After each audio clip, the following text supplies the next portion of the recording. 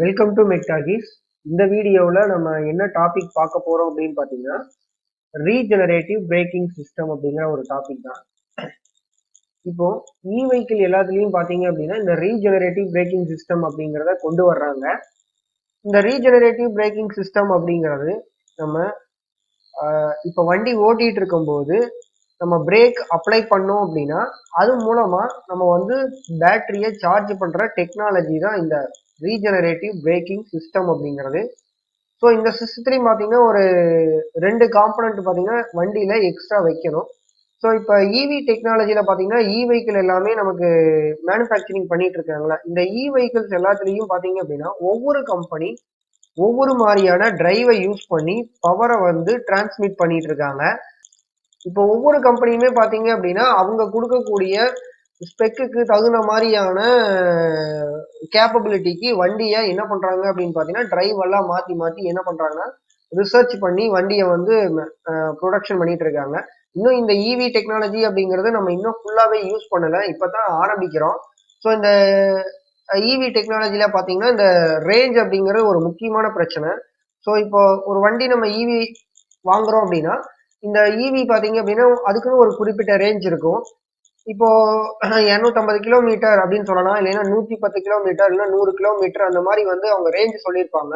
இந்த ரேஞ்சுக்குள்ள நம்மளால என்ன பண்ண முடியும் அப்படின்னு பார்த்தீங்கன்னா வண்டியை ஓட்ட முடியும். அதுவும் பார்த்தீங்க அப்படின்னா அவங்க வந்து எந்த லோடு கண்டிஷன்ல சொல்லியிருக்காங்க அப்படிங்கிறது ஒரு முக்கியமான விஷயமா இருக்கும்.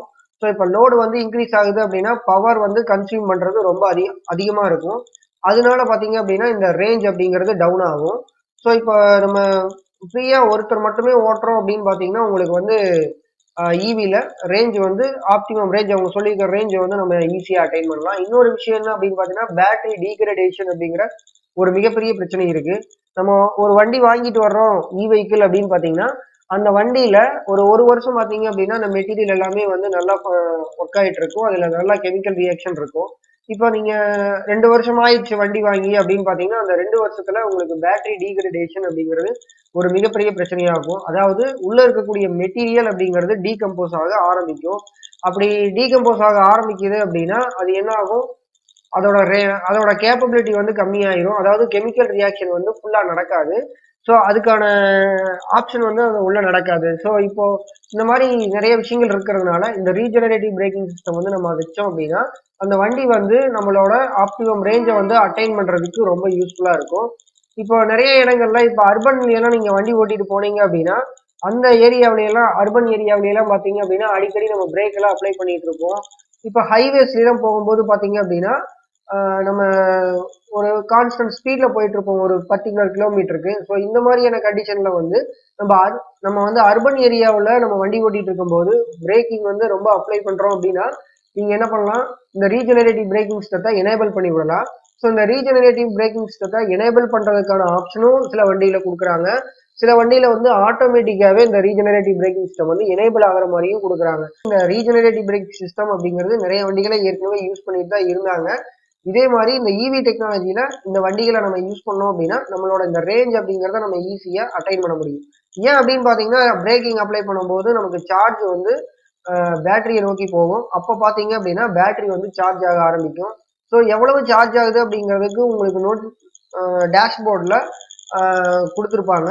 அந்த டேஷ்போர்டில் எவ்வளவு கரண்ட் வந்து ஃப்ளோ ஆகுது, அதாவது ரீஜெனரேட்டிவ் பிரேக் சிஸ்டம் வந்து ஒர்க் ஆகுதா இல்லையா அப்படிங்கிறத நீங்கள் டேஷ்போர்டில் பார்த்துக்கலாம். ஸோ இந்த மாதிரி வந்து ரீஜெனரேட்டிவ் பிரேக்கிங் சிஸ்டம்லாம் இருக்கு. ஸோ இப்போ நம்ம வந்து இவியோட காம்பனன்ஸ் அப்படிங்கிறது இதுதான். ஸோ ஒரு பேட்டரி பேக் இருக்கும். அதே மாதிரி எப்பவுமே பேட்டரி பேக்னு தான் சொல்லணும் இவில. ஏன் அப்படின்னு பார்த்தீங்கன்னா பேட்டரி செல்ஸ் எல்லாமே வந்து பேக் பண்ணி கொடுத்துருப்பாங்க. இந்த பேட்டரியை வந்து பேட்டரி பேக் அப்படின்னு சொல்றதுதான் பொருத்தமான வார்த்தை. அதுக்கடுத்து பார்த்தீங்கன்னா டிசி டு டிசி கன்வெர்ட்டர் இருக்கும். இந்த டிசி டு டிசி கன்வெர்ட்டர் அப்படிங்கிறது எதுக்காக அப்படின்னு பார்த்தீங்கன்னா நம்மளுக்கு வரக்கூடிய பவரை இப்போ பேட்டரியிலேருந்து ஒரு குறிப்பிட்ட பவர் வருது அப்படின்னா அந்த குறிப்பிட்ட பவர் பார்த்தீங்க அப்படின்னா எல்லாத்துக்கும் ஸ்ப்ளிட் ஆகி போகணும். இப்போ எனக்கு எந்த பவர் வேணுமோ அந்த பவர் வந்து பர்டிகுலர் சர்க்கியூட்டுக்கு வந்து கொடுக்கறதா இந்த டிசி டு டிசி கன்வெர்ட்டரோட வேலை. அதுக்கடுத்து பார்த்தீங்க அப்படின்னா மோட்டார் ஒன்று இருக்கும். மோட்டார் தான் நமக்கு வந்து இங்கே இன்ஜின் மாதிரி பைக்கில் வந்து ரன் பண்ணக்கூடியது. இப்போ இந்த மோட்டார் பார்த்தீங்கன்னா ரீஜெனரேட்டிவ் பிரேக்கிங் சிஸ்டத்தோட வந்து கனெக்ட் ஆகிருக்கும். இந்த இடத்துல நான் ஒரு காம்பனண்ட்டை நான் காட்டல, என்ன அப்படின்னு பார்த்தீங்கன்னா இன்வெர்ட்டர் அப்படின்னு சொல்றது. ஸோ இந்த இன்வெர்டர் அப்படிங்கிறது இந்த ரீஜெனரேட்டிவ் பிரேக்கிங் சிஸ்டம் இருந்துச்சு அப்படின்னா இந்த இன்வெர்டரை வந்து நீங்கள் வைக்கணும். ஸோ இப்போ வந்து நீங்கள் மோட்டாருக்கு அடுத்து டிஃபரன்ஷியல் யூனிட்டுக்கு பவர் போகும். ஸோ இது வந்து ஜென்ரலான ஒரு லே அவுட்டு.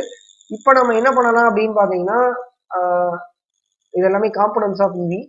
சரி, இப்போ நம்ம வந்து ஆக்சலரேட் பண்ணும்போது பவர் சப்ளை எங்கிருந்து எப்படி போகும் அப்படின்னு பார்த்தீங்கன்னா ஃபர்ஸ்ட் பேட்டரியில இருந்து உங்களுக்கு சார்ஜ் எப்படி போகும் அப்படின்னு பார்த்தீங்கன்னா வண்டியோட வீலை நோக்கி போகும். ஸோ பேட்டரியில இருந்து டிஸ்சார்ஜ் ஆரம்பிக்கும். அதாவது ஆக்சலரேஷன் நீங்க கொடுக்குறீங்க அப்படின்னா தான் வண்டி என்ன ஆகும் அப்படின்னு பார்த்தீங்கன்னா மூவ் ஆகும். ஸோ எப்பவுமே ஈவியை பொறுத்த வரைக்கும் பார்த்தீங்கன்னா டார்க் அதிகம். நீங்க கொடுத்த உடனே பார்த்தீங்கன்னா இந்த ஆக்சலரேஷன் கொடுக்க உடனே இந்த வண்டி வந்து வேகமா சுத்த ஆரம்பிக்கும். சடனா பார்த்தீங்கன்னா ஒரு ஆப்டிமம் ஸ்பீடை வந்து அட்டைன் பண்ணிடும். சரி, இப்போ நீங்க இந்த பவர் சப்ளை வந்து பேட்டரியிலேருந்து டிஸ்சார்ஜ் ஆகுது அப்படின்னா அதாவது ஆக்சலரேஷன் கண்டிஷன்ல பேட்டரியிலேருந்து சார்ஜ் வந்து டிஸ்சார்ஜ் ஆக ஆரம்பிக்கும்.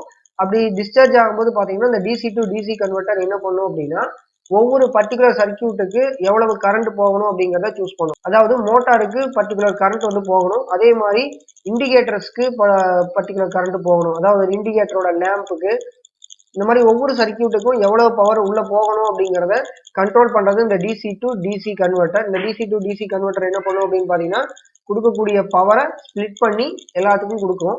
ஸோ அடுத்து பாத்தீங்க அப்படின்னா இன்வெர்ட்டர். இந்த இன்வெர்ட்டர் அப்படிங்கிறது நம்ம ரீஜெனரேட்டிவ் பிரேக்கிங் வந்து அப்ளை ஆனா அப்படின்னா தேவைப்படும்.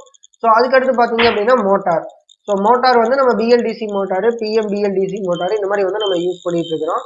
கடைசியா பாத்தீங்க அப்படின்னா டிஃபரன்ஷியல் யூனிட் வழியா வீலுக்கு வந்து பவர் போகும். ஸோ இப்போ நீங்க ஆக்சிலேட் பண்ணும்போது பாத்தீங்க அப்படின்னா பேட்டரியில இருந்து வரக்கூடிய எலக்ட்ரிக்கல் எனர்ஜி அப்படிங்கிறது மெக்கானிக்கல் எனர்ஜியா கன்வெர்ட் ஆகும்.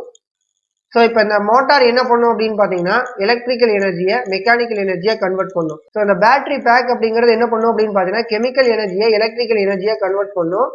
ஸோ இந்த எலக்ட்ரிக்கல் எனர்ஜி என்ன ஆகும் அப்படின்னு பாத்தீங்கன்னா ஆக்சிலரேஷன் பண்ணும்போது பேட்டரி பேக்ல இருந்து மோட்டாரை நோக்கி போகும். ஸோ மோட்டார்ல என்ன நடக்கும் அப்படின்னு பாத்தீங்கன்னா இந்த எலக்ட்ரிக்கல் எனர்ஜி அப்படிங்கிறது மெக்கானிக்கல் எனர்ஜியா கன்வெர்ட் ஆகும். ஸோ இந்த மெக்கானிக்கல் எனர்ஜி எங்க போகும் அப்படின்னு பாத்தீங்கன்னா நம்ம வண்டியோட வீலுக்கு வந்து போகும்.